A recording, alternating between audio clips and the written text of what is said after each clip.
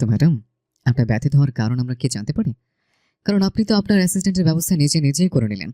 Office কর্তৃপক্ষের সাথে আলোচনা করার চিন্তাই করলেন না। তারপরও আপনি ব্যথিত। Why ma'am? আমাদের একটু জানান। আমরা জানতে চাইছি। সবাই আরুষের কথায় মাথা নাড়ল। নুসরাত একটু ভাবসাব নিয়ে সামনের দিকে চলে আসা বেবি হেয়ারগুলো পেছনে সরিয়ে নিল।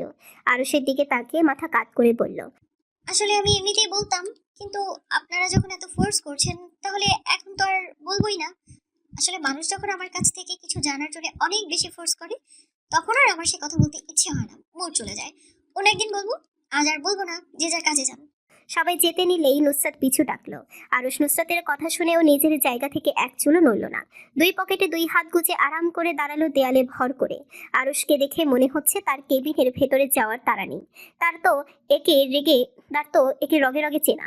ন্যানো সেকেন্ডের ভেতরের মতামত নিজের কথায় পরিবর্তন হয়ে যায়। নুসরাতের সবাইকে পিছু ডাকে ঠোঁট বাঁকিয়ে হাসলো আরুষ। সে জানতো ডাক দিবে, কারণ নিজের কীর্তিকলাপের কথা তো বুক ফুলিয়ে বলতে হবে। তো যা বলছিলাম, আমি তো অ্যাসিস্ট্যান্টের ব্যবস্থা করেছি, কিন্তু আমি আর একটা সারপ্রাইজ আপনাদের জন্য রেখেছি। আলম সাহেবের দিকে তাকিয়ে নুসরাত মাথা নাড়ালো। আলম সাহেব বললেন, কি?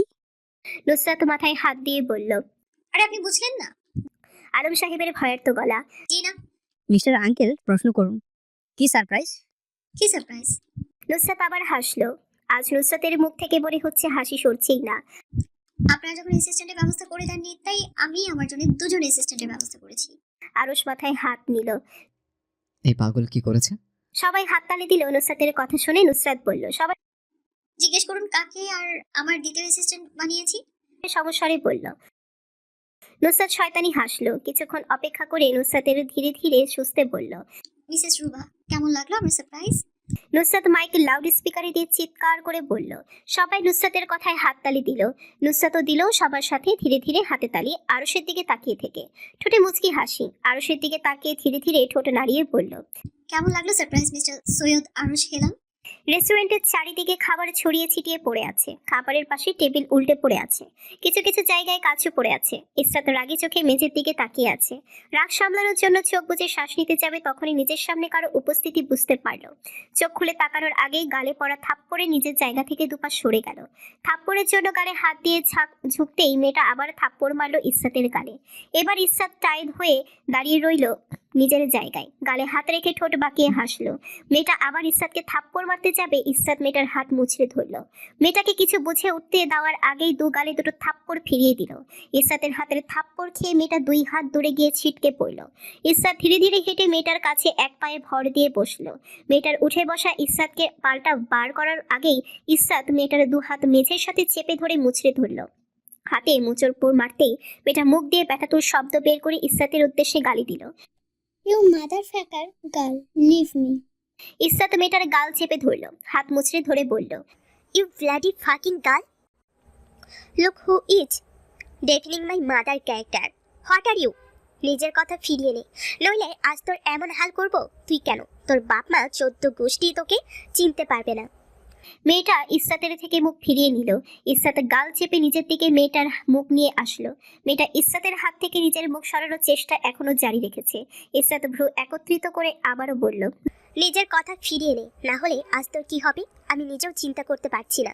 জাইন ওয়াশরুম থেকে বের হয়ে ধীরে সুস্থে এদিকে আসছিল। তাদের টেবিলের আশেপাশে সবাইকে গোল হয়ে দাঁড়িয়ে থাকতে দেখে অবাক হলো। Excuse me. উল্টো দিকে ফিরে ইসরাতকে বসে থাকতে দেখে জাইন এগিয়ে গেল। মেঝেতে শ্বেত বর্ণের একটি মেয়েকে পড়ে থাকতে দেখে জাইন চোখ রসগোল্লার মতো গোল গোল হয়ে বড় হয়ে গেল। ইসরাত আবার মেয়েটাকে থাপ্পড় মারতে নিলেই জাইন ইসরাতের হাত চেপে ধরল। টান মেরে বসা দিকে তুলে নিজের কাছে নিয়ে আসলো। ইসরাত রাগে জাইনের দিকে হিংস্র বাঘিনীর মতো তাকালো, যেন আজ জাইনকে ছিঁড়ে খুবলে খাবে, তার কাজে বাধা দিয়েছে বলে। হচ্ছেটা কি স্যার? ইসরাতের রাগে কথা বলতে গিয়ে ঠোঁট একসাথে থরথর করে কেঁপে উঠল। জাইন শ্বেত বর্ণের মেয়েটাকে তুলে ধরে বলল। আরে ওকে মিসেস এমিলি। মেয়েটা উঠে দাঁড়িয়ে শর্ট টি শার্ট আর শর্ট প্যান্ট টেনে ঠিক করলো। ইসরাতের দিকে কিরকম চোখে তাকিয়ে থাকলো, বোঝা গেল না মেয়েটার মনোভাব। ইসরাত রাগে সাপের মতো ফুসফুস করে ফুলছে। জাইন ইসরাতকে রাগ করতে দেখে এক হাত দিয়ে ইসরাতের মাথা টেনে বুকের সাথে চেপে ধরলো। ইসরাত দূরে সরার জন্য মোছড়ামুছড়ি করলো, তবু জাইন ধরে রাখলো। গম্ভীর গলায় সবার উদ্দেশ্যে বলল, যে যার কাজে ফিরে যান। সরি আপনাদের ডিস্টার্ব করার জন্য। সবাই নিজে নিজে কাজে ফিরে গেল। জাইন সবাইকে সময় দিল ঠিক হওয়ার জন্য। শ্বেত বর্ণের মেয়েটার দিকে তাকিয়ে জাইন জিজ্ঞেস করলো, Mrs Emily, what happened? Emily জাইনের থেকে মুখ ঘুরিয়ে নিলেন। জাইন ইসরাতকে নিজের থেকে 2 ইঞ্চি দূরে সরালো। নিজের বাঁ হাত দিয়ে ইসরাতের কাঁধ চেপে ইসরাতকে জিজ্ঞেস করলো। কি হয়েছে? ইসরাত সময় নিল কথা বলতে, কিন্তু বলতে গিয়ে থেমে গেল। ক্যামেলিয়া আগ বাড়িয়ে সবকিছু বলা শুরু করলো। আসলে ইসরাইট রুমমেট, আমি বলছি কি হয়েছে।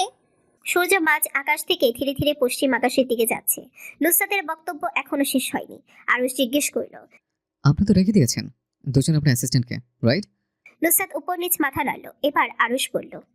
আপনার একজন অ্যাসিস্ট্যান্টের বেতন অফিস থেকে দেওয়া হবে, কিন্তু দ্বিতীয় জনের কোথা থেকে বেতন দেবেন? গুড কোয়েশ্চেন মিস্টার আরুষ, এটাও আমি ভেবে রেখেছি। আরুষ নুসরাতকে ভেঙিয়ে বলল। Wow, that's great.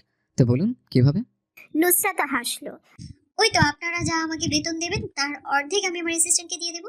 আরুষ নুসরাতের কথা থামিয়ে দিয়ে জিজ্ঞেস করল। ধরি আপনাকে অফিস থেকে 80,000 টাকা দিল, আপনি 40,000 আপনার অ্যাসিস্ট্যান্টকে দিয়ে দিবেন? নুসরাত উপর নিচ মাথা নাড়ালো, তারপর বলল। আমি আমার অ্যাসিস্ট্যান্টকে ভালোবেসে 70% টাকা দিয়ে দিতেই পারি আমার ইচ্ছে হলে। আবার আপনারা 40,000 টাকা দিলেও সব আমার অ্যাসিস্ট্যান্টকে দিয়ে দিব। আলম সাহেব জিজ্ঞেস করলেন। এত টাকা দিয়ে দিবেন? হ্যাঁ, আপনি চাইলে আপনাকেও আমার অ্যাসিস্ট্যান্ট বানিয়ে আমার বেতনের থেকে বোনাস দিয়ে দিতে পারি আঙ্কেল। না মা, আমার লাগবে না। আরুষ নিজের গলা যথেষ্ট কড়া করে বলল। মিসেস নুসরাত, আপনার নিজেরও তো কেবিন নেই, আপনার অ্যাসিস্ট্যান্টের কেবিনের কোথায় ব্যবস্থা করবেন? মিস্টার আরুষ, চিন্তা করবেন না। আবিরকে ইশারা করে বলল। ওকে দেখছেন, ও আমার সাথে আপনার কেবিনের সোফার উপর বসে থাকবে। আর মিসেস রুবাকে, আপনার এত বড় কেবিন আছে না, ওখানে কোনো কোনায় ছোট্ট একটা জায়গা দিয়ে দিলেই হবে। উনি ওখানে বসে কাজ করবেন। আমি আপনাকে আর আপনার একজন অ্যাসিস্ট্যান্টকে জায়গা দিয়ে দিলাম আপনার কথা চিন্তা করে, কিন্তু আরেকজনকে কেন দেব? নুসরাত তাচ্ছিল্য করে বলল। না দিলে না দিবেন, আমার কোনো সমস্যা নেই। আমি আরো একটা প্ল্যান করে রেখেছি মিসেস রুবার জন্য। আরুষ কৌতূহলী হয়ে জিজ্ঞেস করল। কি? সেটা না হয় প্ল্যানটা কার্যকর হলেই দেখবেন। তাহলে আজকের আলোচনা এখানেই শেষ হলো। সবাই যে যার কাজে যান। সবাই নিচে নিচে ডেস্কে ফিরে গেল। আরুষ নিজের ক্যাবিনে ঢুকে গেল। নুসরাতও তার পিছু পিছু আবিরকে নিয়ে আরুষের কেবিনে ঢুকে গেল। ক্যামেলিয়া সবকিছু খুলে বলল। জাইন এমিলির দিকে অবাক দৃষ্টিতে তাকিয়ে জিজ্ঞেস করল। আপনি এরকম করলেন কেন মিসেস এমিলি? এরকম আক্রমণাত্মক হয়ে উঠলেন কেন হঠাৎ করে? ইসরাতের ভুল কি ছিল? এমিলি চোখ মুখ শান্ত করে বলল। ম্যাম, সরি, মিস্টার জাইন আমার মিস আন্ডারস্ট্যান্ডিং হয়ে গিয়েছিল। জাইন ভ্রু বাঁকিয়ে জিজ্ঞেস করল।